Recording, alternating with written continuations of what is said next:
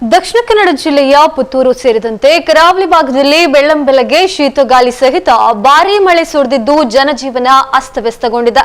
ಶಾಲಾ ವಿದ್ಯಾರ್ಥಿಗಳು, ಸರ್ಕಾರಿ, ಖಾಸಗಿ ನೌಕರರು, ಕೂಲಿ ಕಾರ್ಮಿಕರು ತೆರಳುವಂತಹ ಸಮಯದಲ್ಲೇ ಸುಮಾರು 1 ಗಂಟೆಗಳ ಕಾಲ ನಿರಂತರ ಮಳೆಯಾಗಿದೆ. ಗಾಳಿ ಸಹಿತ ಭಾರೀ ಮಳೆಯಾಗಿರೋದ್ರಿಂದ ಕೆಲ ಕಾಲ ವಿದ್ಯುತ್ ವ್ಯತ್ಯಯ ಕೂಡ ಉಂಟಾಗಿದೆ.